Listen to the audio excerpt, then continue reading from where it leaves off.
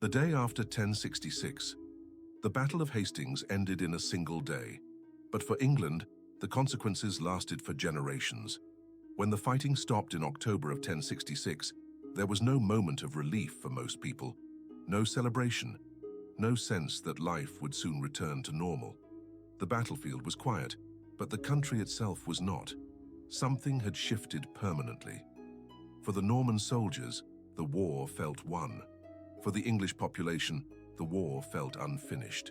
William did not conquer England in one battle. Hastings was only the opening act. After the battle, Norman troops spread across the land, not to fight armies, but to secure control. Villages were entered, roads were guarded.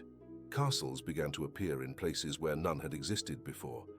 For ordinary people, this sudden presence was frightening. Armed men spoke a different language. They followed unfamiliar customs. They did not ask permission. They gave orders. In many regions, local leaders were removed almost immediately. English lords who survived the battle often lost their lands within months. Norman nobles replaced them. This transfer of power happened quickly and decisively.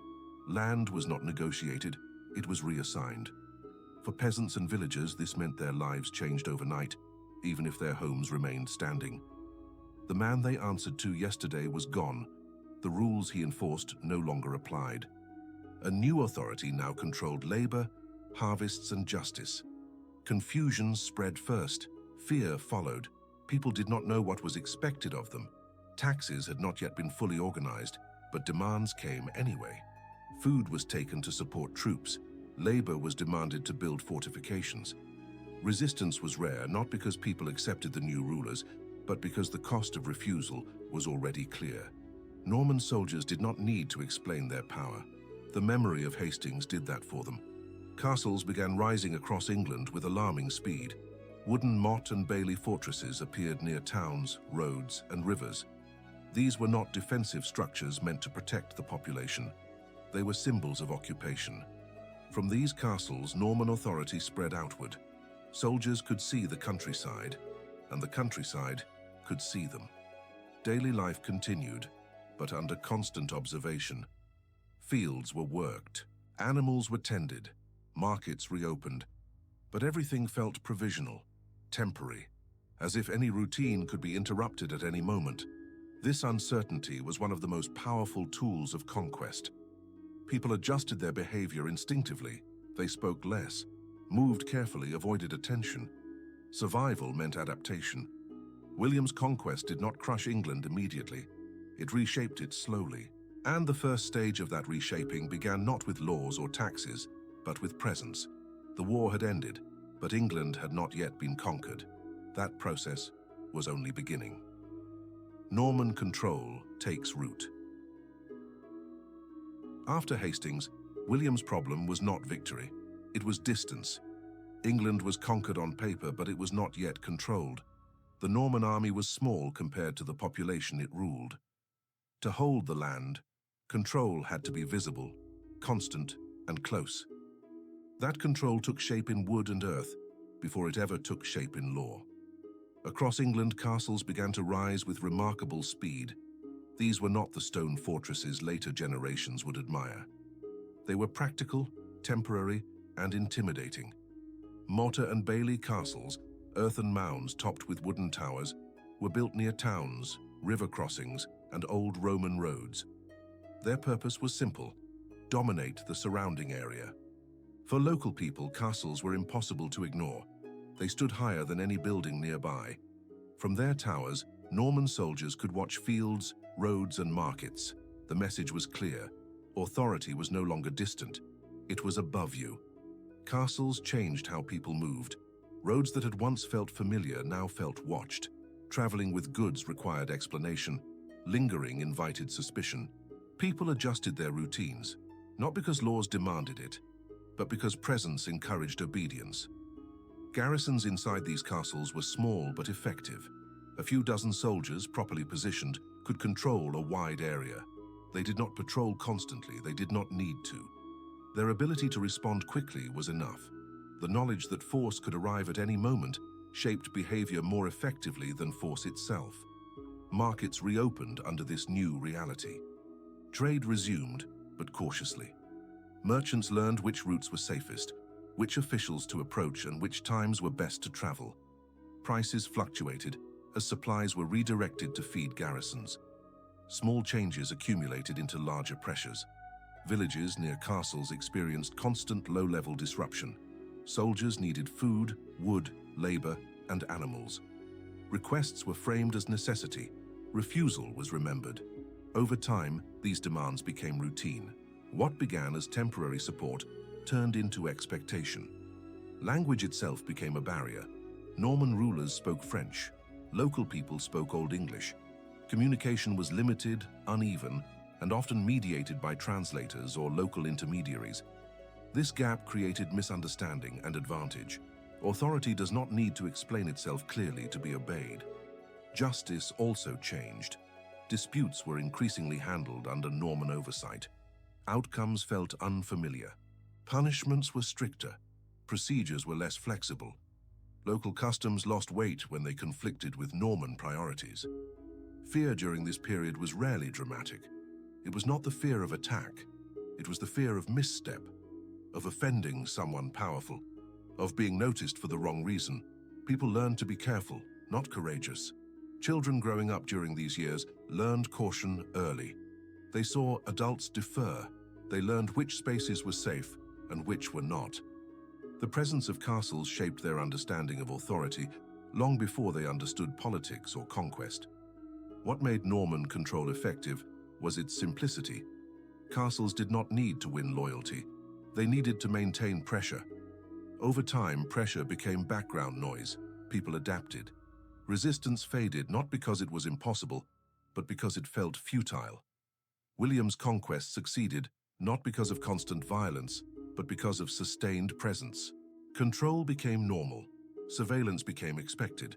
Authority became part of the landscape. England was not yet fully reorganized. Laws, taxes, and land ownership would follow. But by the time those systems arrived, the population was already conditioned to accept them. The castles had done their work. And once control felt normal, the Normans could begin something far more ambitious, reshaping the entire structure of English society itself. Land, lords, and displacement. After the castles came the land. Control of England could not rest on soldiers alone. It required ownership. And ownership, in the medieval world, meant power that lasted beyond a single lifetime. William understood this clearly. Victory at Hastings had removed a king, but to secure England, he had to remove an entire ruling class. Within a few years of the conquest, most English nobles had lost their lands. Some were killed in battle. Others were dispossessed through legal judgments that favored Norman claimants. A few attempted to resist, only to be crushed later. The result was the same. English lords disappeared from positions of power. In their place came Norman lords. This transfer of land happened with remarkable speed. Estates that had been held by English families for generations were reassigned to Norman followers of William. These men did not inherit land slowly or naturally. They received it as reward for service. Loyalty was paid in acres. For ordinary people, this change was immediate and deeply personal.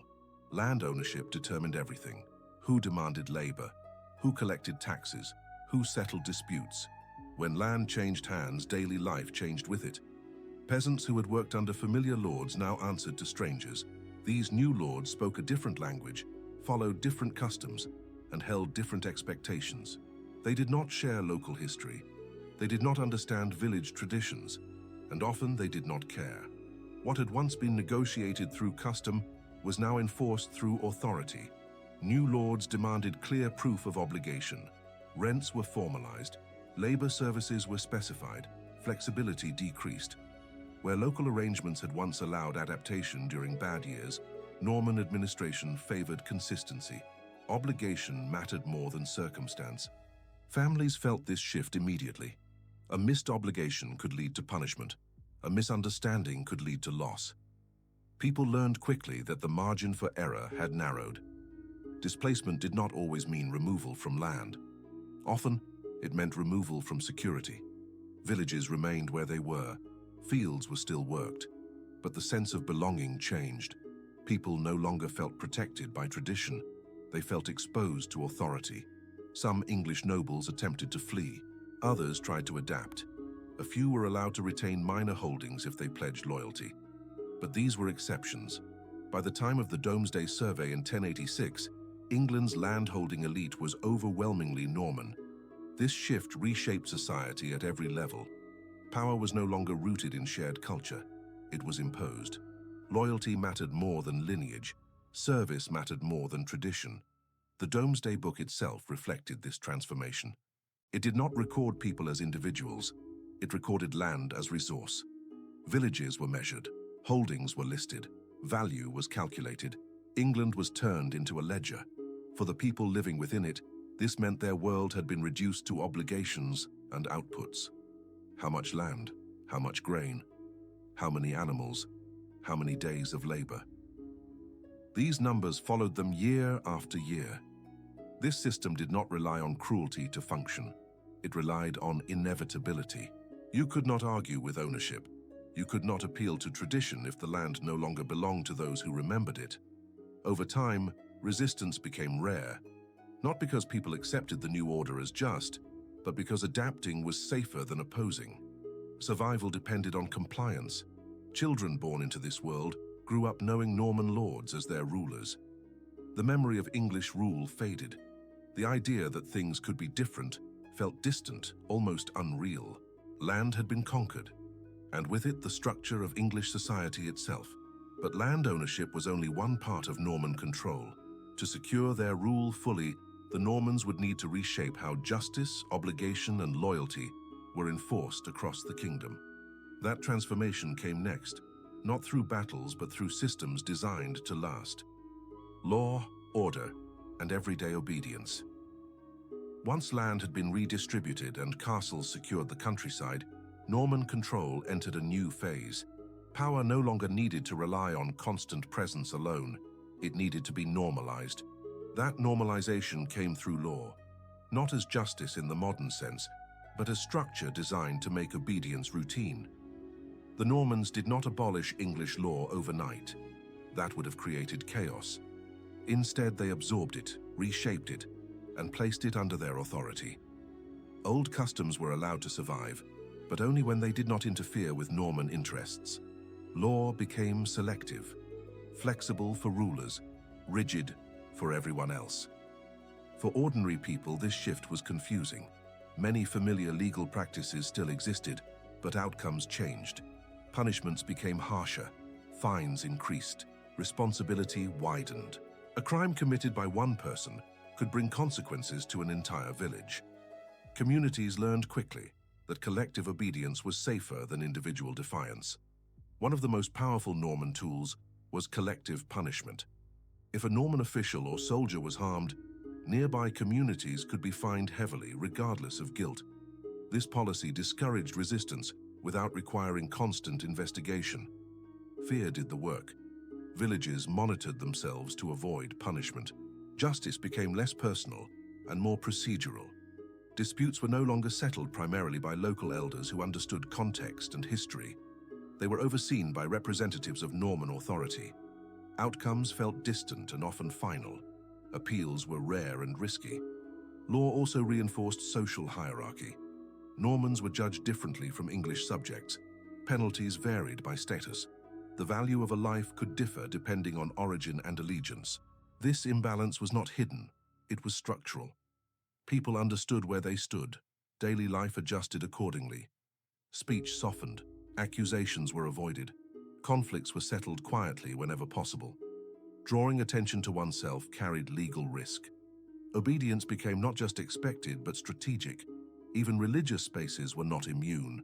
Churches supported Norman authority, often preaching obedience as virtue and rebellion as sin. Order was framed as divinely approved. Suffering was reframed as endurance.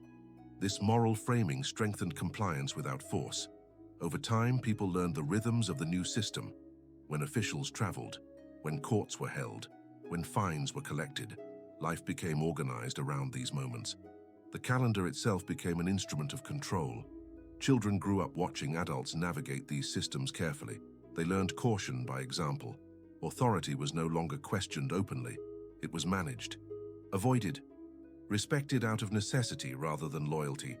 This is how obedience became routine, not through terror alone, but through repetition. Law worked best when it faded into the background, when people followed rules not because they were reminded, but because deviation felt dangerous. From the outside, England appeared orderly. Fields were cultivated, taxes collected, courts functioned. But this order was built on adaptation, not consent. Stability came from compliance learned under pressure. By the time Norman rule was fully established, resistance was rare, not because the population was content, but because the system left little room for alternatives. Life continued, shaped quietly and persistently by rules designed to preserve conquest. The war had ended decades earlier, yet its logic governed everyday life. And this raises the final question: what did all of this leave behind? Not just in land or law, but in memory, behavior, and identity. To understand the full impact of the Norman conquest, we must look at what remained when conquest no longer needed to be enforced, because it had already been accepted as normal. What the conquest left behind. By the time Norman rule no longer required constant enforcement, its work was already done. England had not simply changed rulers, it had changed habits. The conquest no longer lived in battles or castles alone. It lived in routines, expectations, and quiet adjustments made every day. For most people, the Norman conquest became something they did not consciously remember, but constantly lived with. Authority felt distant, structured, and unavoidable. The idea of resisting it felt unrealistic, even dangerous. Over time, people stopped comparing life to what had existed before. They compared it only to what was possible now. This was the deepest success of the conquest. Generations grew up knowing no alternative. Children born decades after 1066 did not experience invasion or war. They experienced order. They learned which rules mattered, which spaces were safe, and which behaviors invited trouble. Obedience was not taught through fear alone, but through example. Language itself reflected this change. Norman French shaped the words of law, power, and governance. Old English remained the language of labor and daily life. This divide reinforced hierarchy quietly and constantly. Power spoke one language, survival spoke another. Memory of English rule faded unevenly. Stories survived, but they lost urgency. What had once been injustice became tradition. What had once been imposed became normal. The conquest no longer needed to be justified. It had become reality. From the outside, England appeared stable and unified. Institutions functioned, land was managed, authority was recognized. But this stability rested on adaptation rather than agreement. The population had learned how to live within limits, shaped by conquest. The Norman conquest did not destroy England, it reorganized it, and reorganization can be more enduring than destruction. What remained was a society trained to endure pressure quietly, to value predictability over possibility, to navigate authority rather than confront it. This mindset did not vanish when Norman rule eventually softened.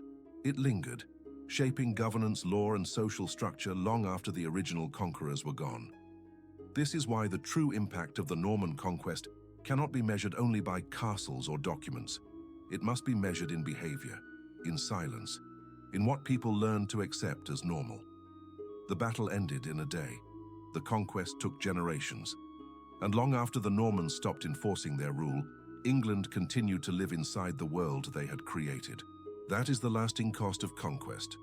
Not the violence that announces itself loudly, but the pressure that remains when the noise is gone.